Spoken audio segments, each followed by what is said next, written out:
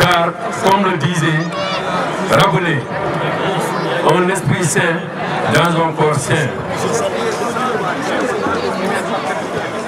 le spectacle de la richesse de notre patrimoine culturel et intellectuel va nécessairement de pair avec le développement de notre corps par les sports.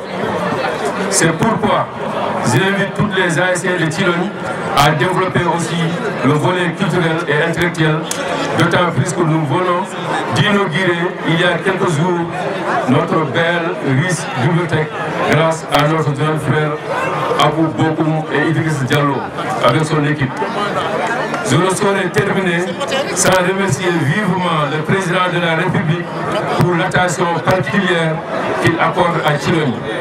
Vous avez tout vu les travaux de la route et toutes les autres réalisations, pistes et productions, bis pour les lycées, bourses familiales, couverture maladie universelle, subventions aux familles et cérémonies religieuses.